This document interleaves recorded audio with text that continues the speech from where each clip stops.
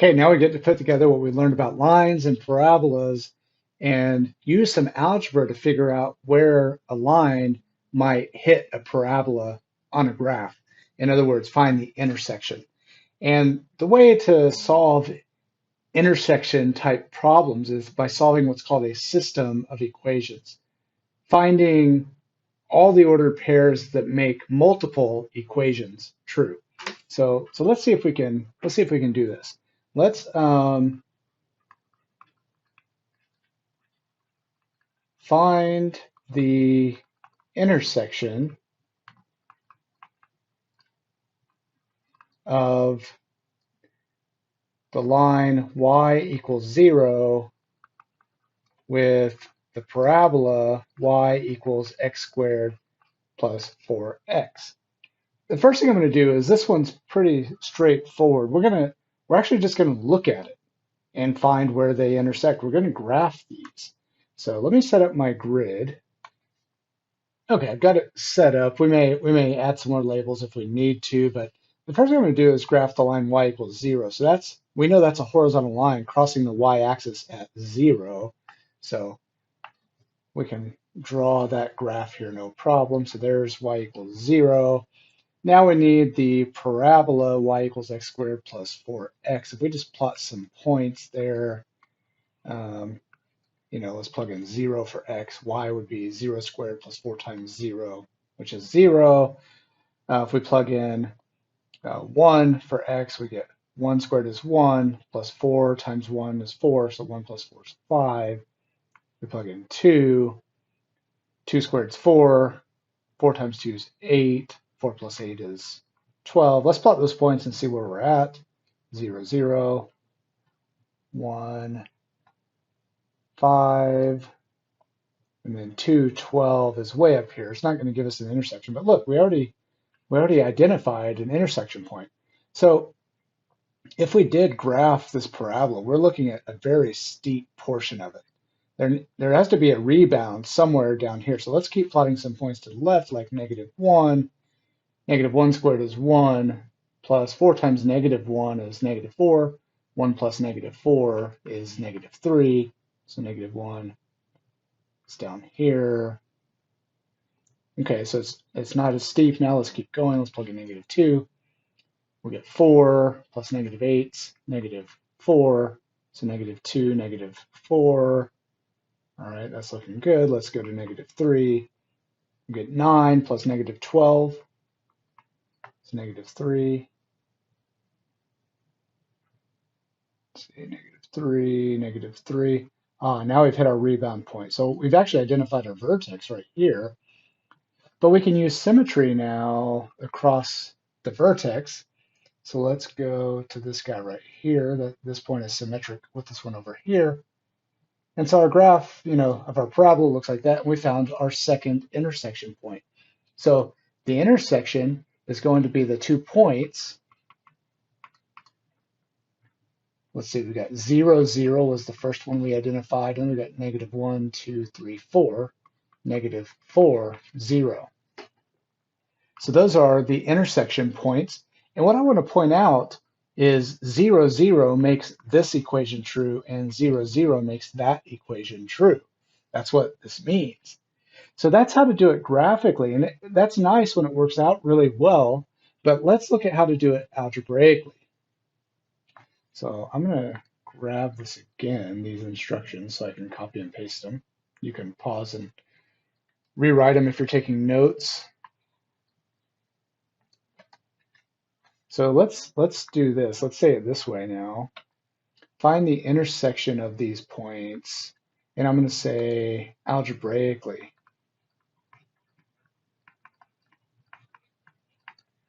And I mentioned in the introduction to this video that the way to do this is with a system of equations. So what we want to do is we want to solve, sorry, I always like to do my work in a different color than the original problem. We want to solve the system where y is 0 and y is x squared plus 4x. And usually to indicate that we're solving a system, we put a left brace on this to indicate this is a collection of equations. We want to solve both of them simultaneously. So one way to do that, we have to sort of mix the equations together somehow. We can see the first equation says that y is 0, and the second equation says that y equals x squared plus 4x. So in other words, if y is 0 and y is x squared plus 4x, that means x squared plus 4x has to be equal to 0. And now we have to solve this equation, this polynomial equation. And the easiest way to do this, since the right side's already 0, is just to factor the left side as x times x plus 4, and that gives x equals 0, or x plus 4 has to be 0, which means x equals negative 4. Now, those are x values. We're dealing with x's and y, so we have to find the corresponding y.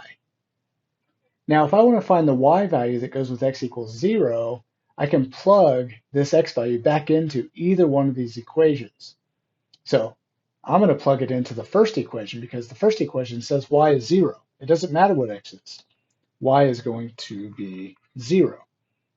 But if I did plug it into the second equation, I would get y equals 0 squared plus 4 times 0, which is still 0. So this gives us the ordered pair 0, 0. Then I use the same idea for my next x value. X is negative 4.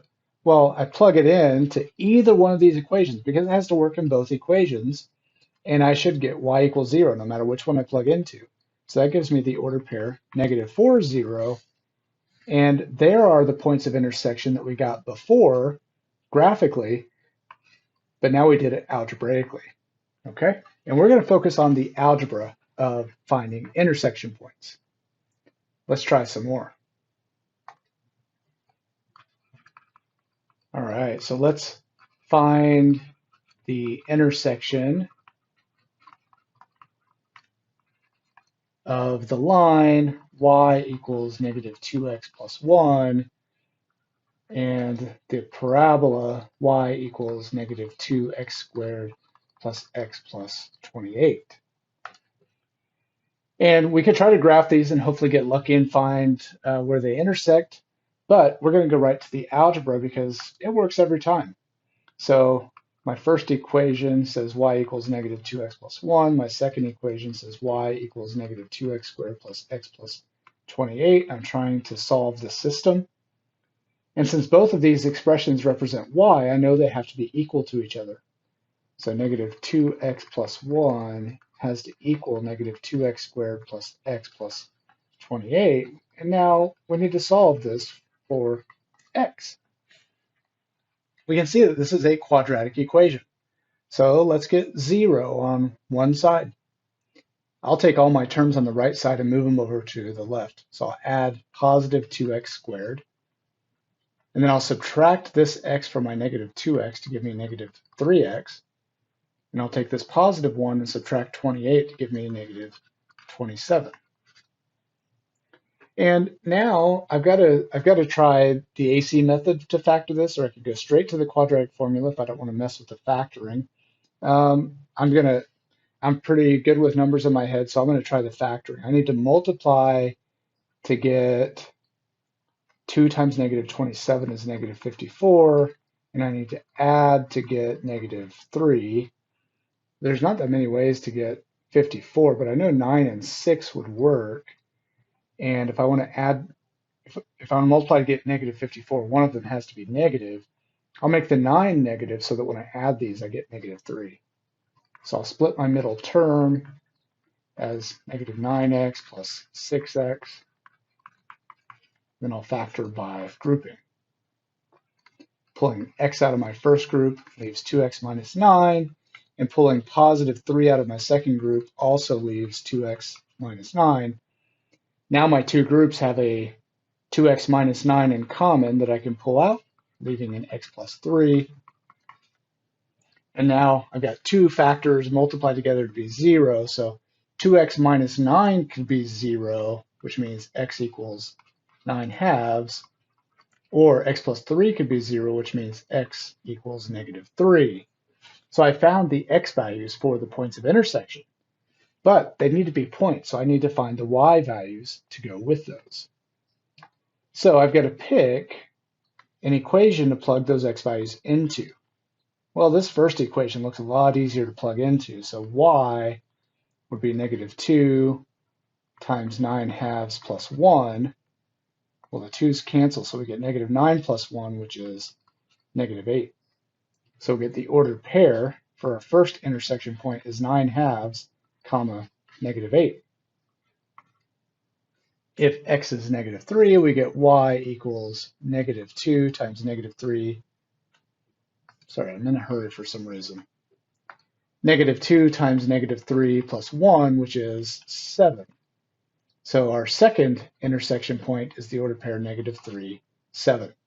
So the line and the parabola cross twice, and they cross at these two ordered pairs. We'll do 2 more examples.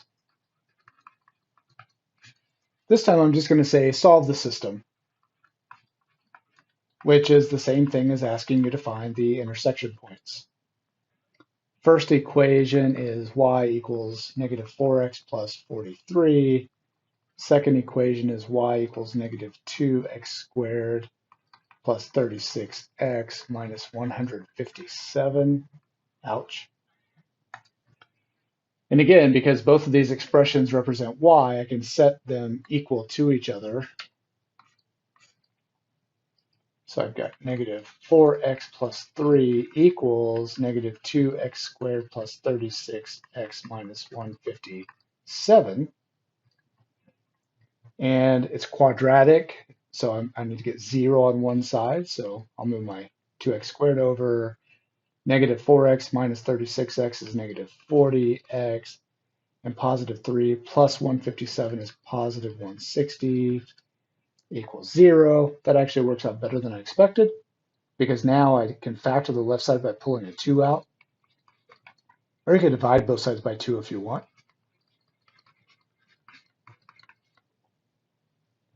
And now I need to find two numbers that multiply to give me 80 and add to give me negative 20. Let's see here.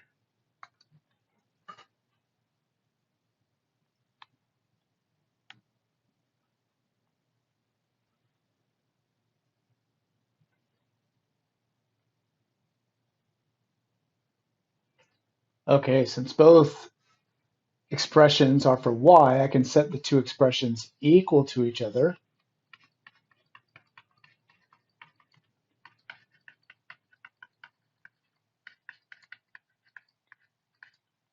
And we end up with a quadratic equation because we see this x squared. So we want to get 0 on one side. So I'll move all my terms to the left. So I'll add 2x squared. I'll subtract my 36x over from my negative 4x to give me negative 40x.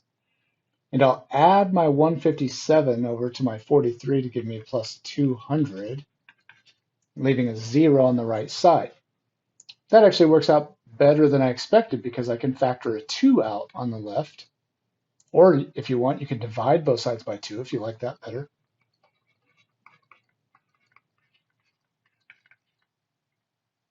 Sorry, that should be 100, not a 10.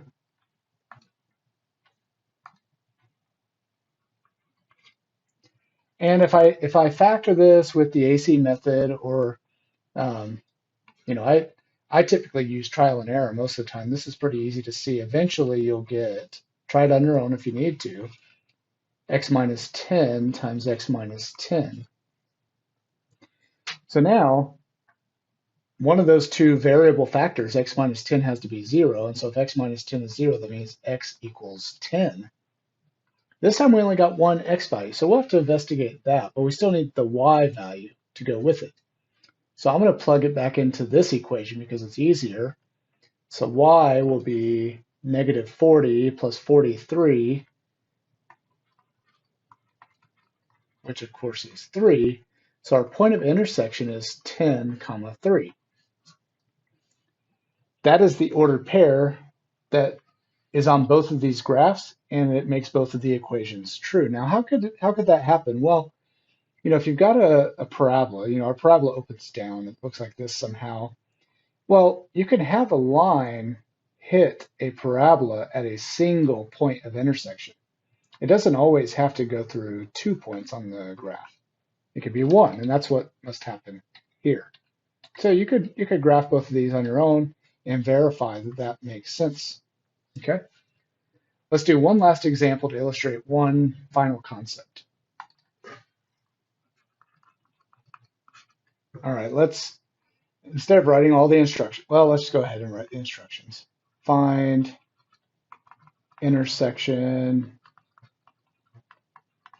of y equals 2x plus 7 with y equals x squared plus 10x plus 42. So again, we're solving the system, so we know y is 2x plus 7, but it's also x squared plus 10x plus 42. So let's set those equal to each other and solve for the x values. We have a quadratic equation, so let's get 0 on one side. I'm going to put it on the left side this time and move these terms over. So I'm going to keep my positive x squared, but I'm going to subtract my 2x from my 10x to give me positive 8x, and I'll subtract my 7 from my 42 to give me 35.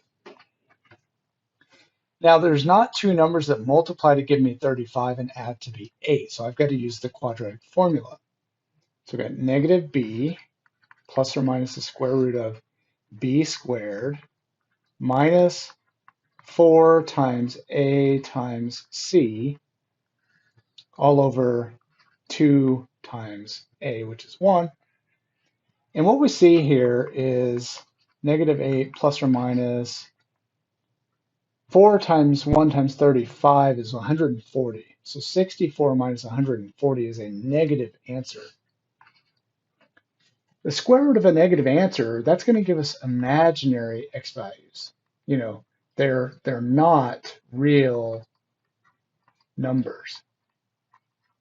They're numbers, but they're not real numbers. So in fact, what that means is we can't graph them on our usual grid. So what this means is we did not get any real number x values where these two graphs intersect.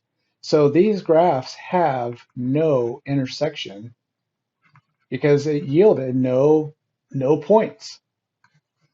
And so that one's kind of weird, but hopefully it makes sense that, you could graph these. You could see, a parabola and a line that never intersect, they never touch. And so that must be what this looks like, something like that, if we were to graph these.